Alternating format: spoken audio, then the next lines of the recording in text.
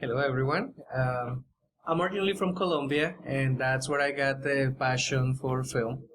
So I went to film school over there in Bogota, and I work over there for producing a documentary series for the state channel in Colombia. And once I finished that, I decided to move here to the U.S. and continue, pursue my dream of becoming a filmmaker.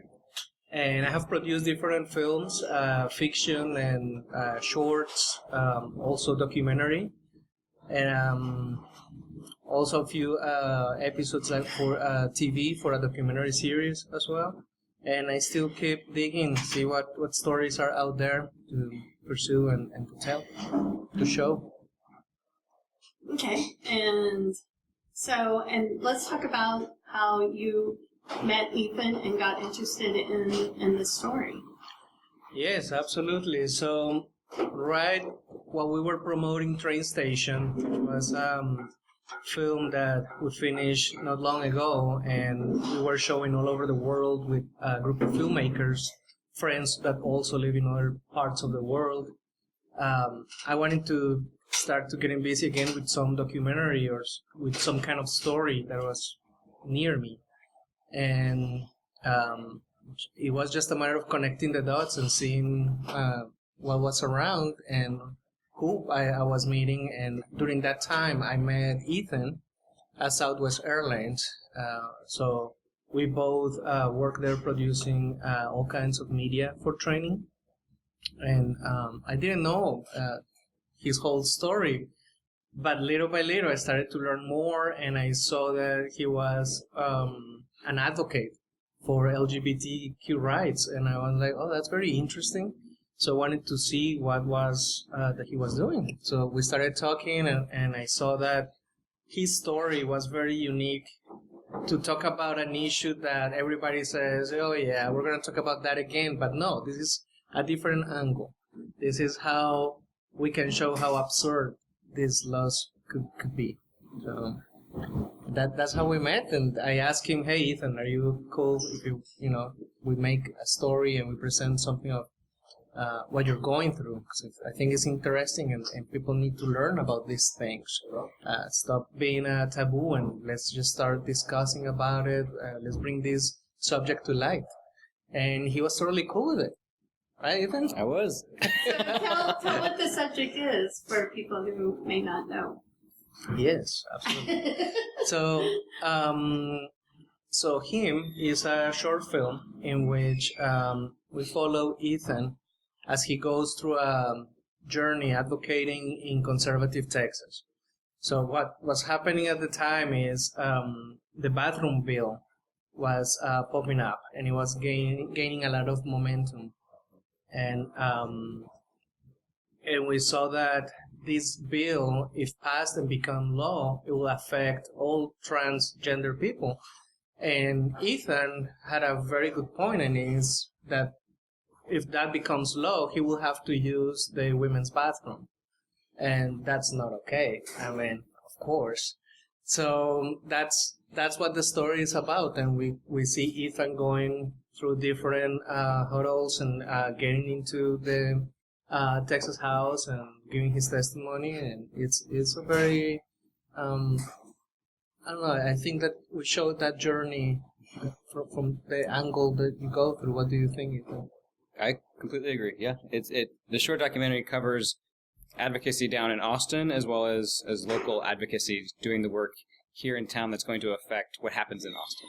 You have your constituents who are all over Texas, and I was trying to target those constituents here locally that can call their representatives who are in Austin who are going to be voting on the bathroom bill. So tell us where you got started with that part of the journey, the activism part. It was a complete accident. So I came out in December of 2015. And Daniel and I met, it was May or June of 2016. And then we had the election in November 2016, and that seemed to be when everything kind of changed as far as the political climate.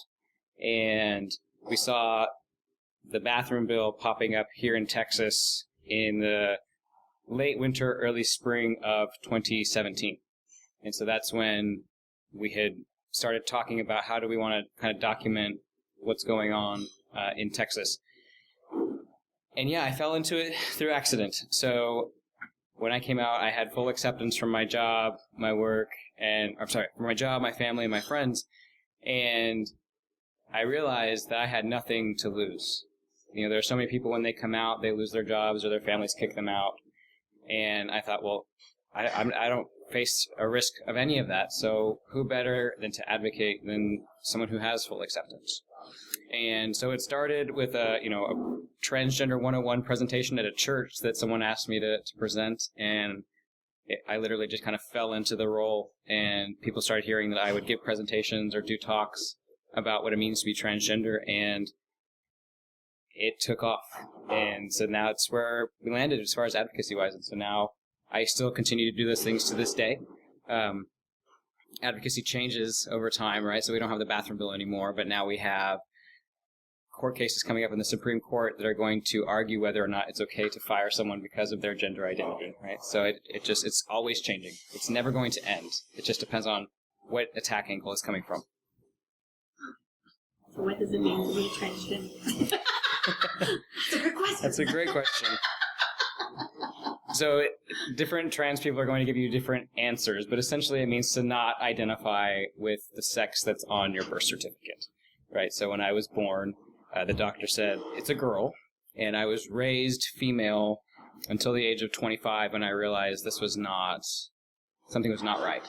And I knew something was not right ever since a young age, but I didn't have the language around it, right? In the late 80s and early 90s, we didn't know or use the word transgender. And so it wasn't until I read it in a book and then later met a transgender man.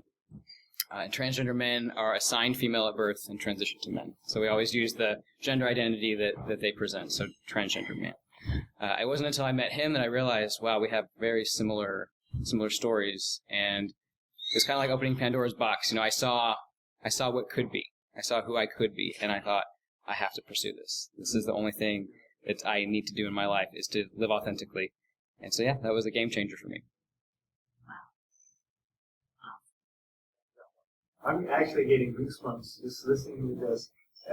It started out with the story you want to tell, and my story is about people accepting people, and the reason you don't accept them is because you don't know who they are and where they came from. And in my case, white people picking on white people, regardless of who they are.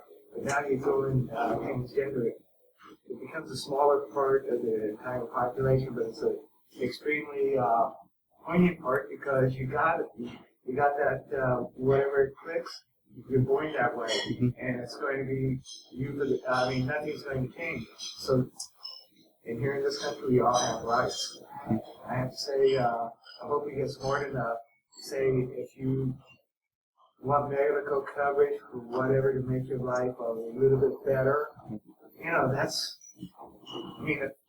I get hurt if I bruise my ribs and everything. The doctor's going to put me in a brace and put a couple of injections in there to make me feel better.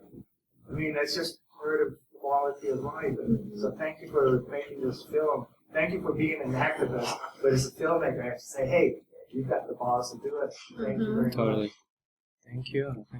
And that's part of this. You touch on something that is very important, is if we don't talk about it, if we don't know about it, it will still be marginalized. If we said a conservative Texas and say, hey, where did I hear that from? Hey, James, we live in conservative Tarrant County. Doesn't get in. Because in California, they said, oh, the black holes in California. But you go to certain parts, like maybe where I grew up or up north, and even down south in LA, go out towards Palm Springs or Orange County. And no, it's a different world. It's not tolerant, and sometimes it's almost on the verge of being hateful. And hate goes into discrimination, and then you start picking on people. It's just not right. Not right at all. And people become scared of what they don't know or what they don't understand. So the fact that you're giving these presentations to, say, the correct term is to say transgender man. That is what they identify with. Mhm. Now, you know, as born as a girl or female, and now transgender man. You know, it's like just that little bit of wording, and to have that, it's like it makes it. Oh, okay. Well, I can do that. What's the problem with that? You know, it's like, totally. and because that's where fear comes in, because you don't know. And that's yes, it always has existed. There's been transgender men and women for the beginning of times. Mhm. It's nothing strange that right now we're just hearing more about it. Well, yeah, there's been more visibility, but that's part of the change, Right. and that's part of what we would love that will continue, and is to keep opening this to discussion. People have a lot of questions and misconceptions about what it is, or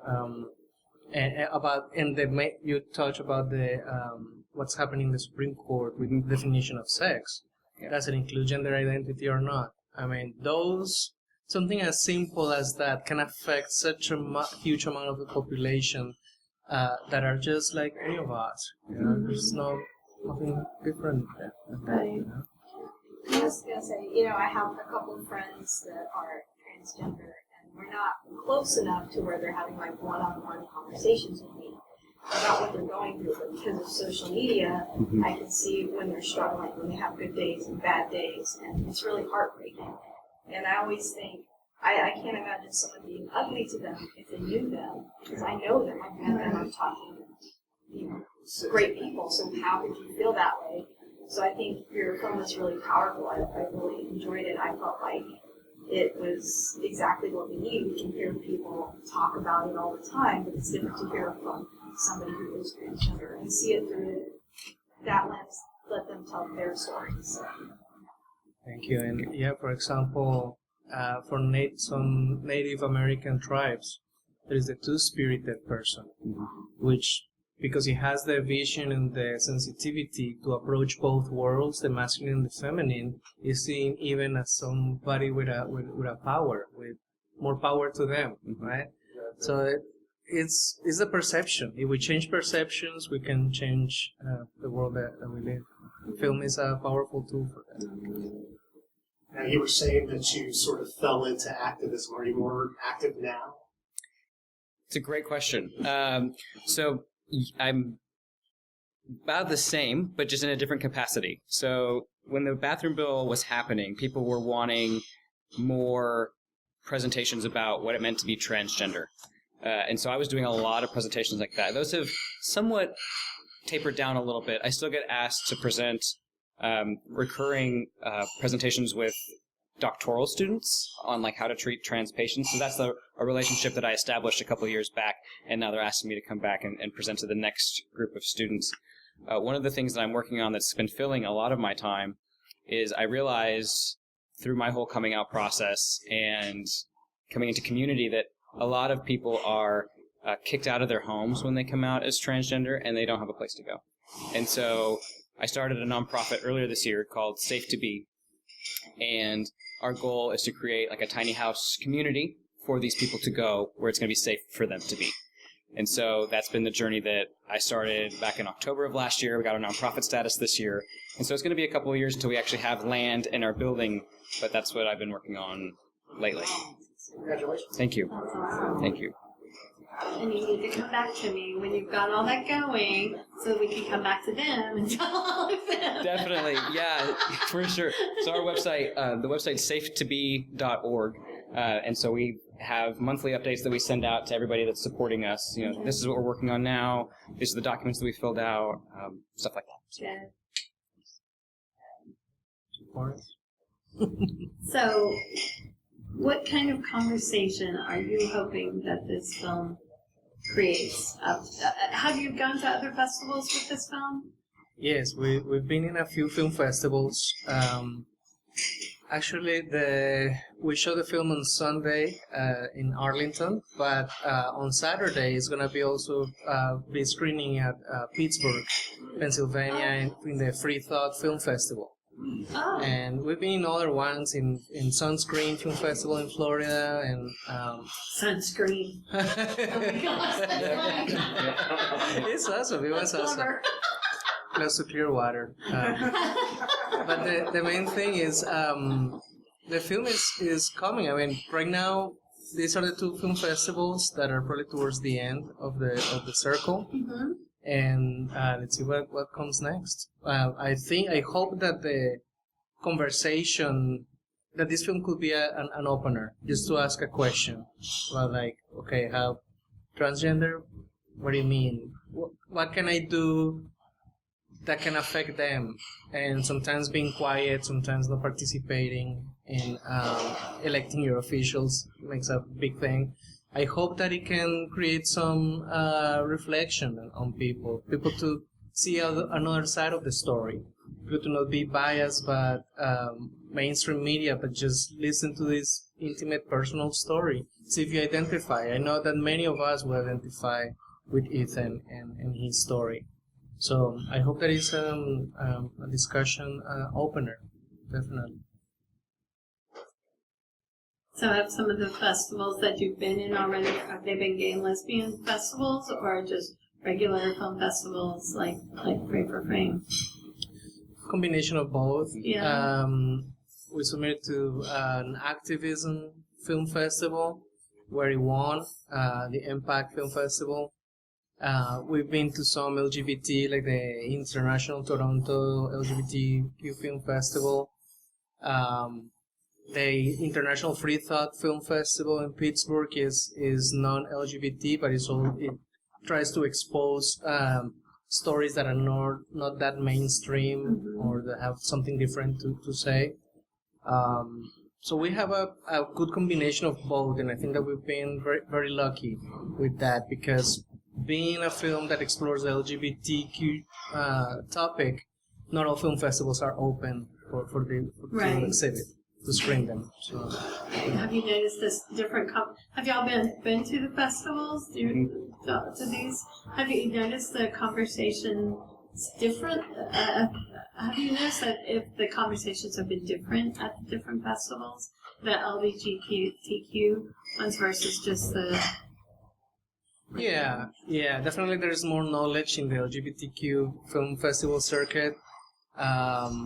People are in that circuit are probably more supportive, and they wanted to show it more, kind of like, hey, this is a good story, a good example of what we can like show and work with. Mm-hmm. So they want to promote it. Yeah. With the others, there is always a big curiosity. Is a big like, wait, we want to learn more. Hey, Yeah. wait, we want to ask Ethan a few more questions. Is Ethan coming also to the film festival? I'm like, yeah, he'll be there. So that's what we want. We want that opportunity to open this line of communication, this discussion about transgender and rights. Awesome. I'll tack on to this. Just my one thought that I have is one of the film festivals that we attended, the audience was primarily people of color. Uh-huh. And we had received an award, and when we went to receive the award, they asked us to give a short speech, and I was able to tie the anti-LGBTQ, specifically anti-trans stuff, to segregation. Mm-hmm. And that seemed to really resonate with the people of color, because I said, they're telling us to go into a separate bathroom. They don't want us to be integrated with everybody else. And just to see the light bulbs going off and going, oh my gosh, this is a very similar story to what our people have experienced in the past, that was an amazing opportunity to connect those dots to people who may not otherwise have had somebody to explain that to them. Wow. So what's next for you, Daniel? Well, right now, supporting definitely Ethan with Safe to Be. Mm-hmm. And on my side, I'm right now in the writing stage. So I'm just advancing a couple of stories, but nothing to film anytime soon. It's kind of like in that stage of creating this, the introspective phase. Right?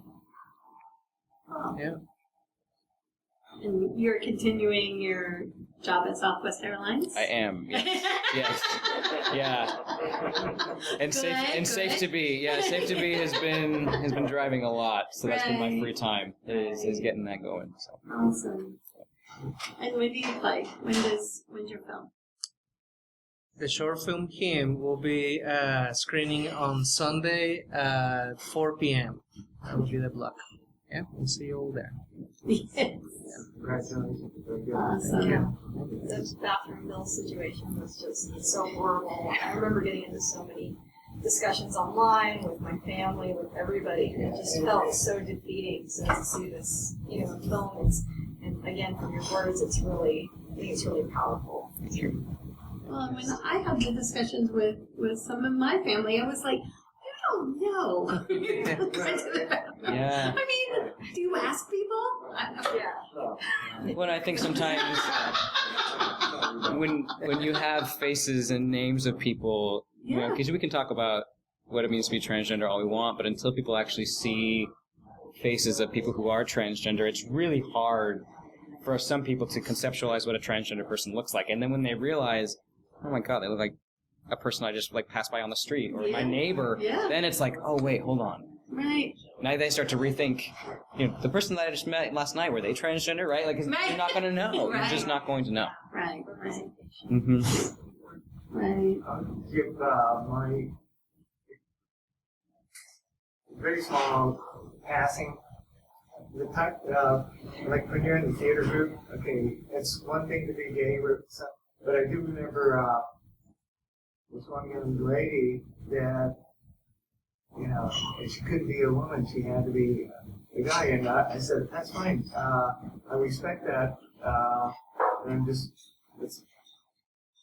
but my awareness is extremely limited. And then to somebody else, to see somebody that really doesn't know what the heck is going on, to be very, very frustrated. And I knew the awkwardness. Hey, I know that this is nothing to be ashamed of because, holy smokes, what would happen if I had these red blotches all over my body and everything? The wine stains on my face. I mean, that's part of the way you're created. It doesn't make you evil or you got disease or whatever. But again, from my background, and yes, I guess I brought up to prejudge a lot of things. So a lot of prejudice, and I say, hey, and I keep telling my wife, hey, I'm not prejudiced. Oh, yes, you are. There's nobody more prejudgment of things than you are. She said, so thank you for making this film. I need to go see it. And I think you're on Sunday as well. Saturday. You're on Saturday. Okay. Yes, thank you. Yeah, definitely we'll see you there. This whole thing about purgatory is how we, the spirits and everything, work together and say, God, James, holy smokes, this is going to be one incredible visual journey. Yeah. I think there's going to be some really good conversations that are going to come from all of these films, and whether they're shorts or it's like the conversation's going to be lengthy. Yes, we're very excited to be part of the Frame4Frame, and thank you for the opportunity to be able to show the film there. You're welcome. Well, thanks, y'all, for being here. We really appreciate it. Now, are you going to be able to be there on Friday night? Yeah, that's the game plan. Friday night we'll be there. Red carpet. Red carpet, yeah. Okay, excellent.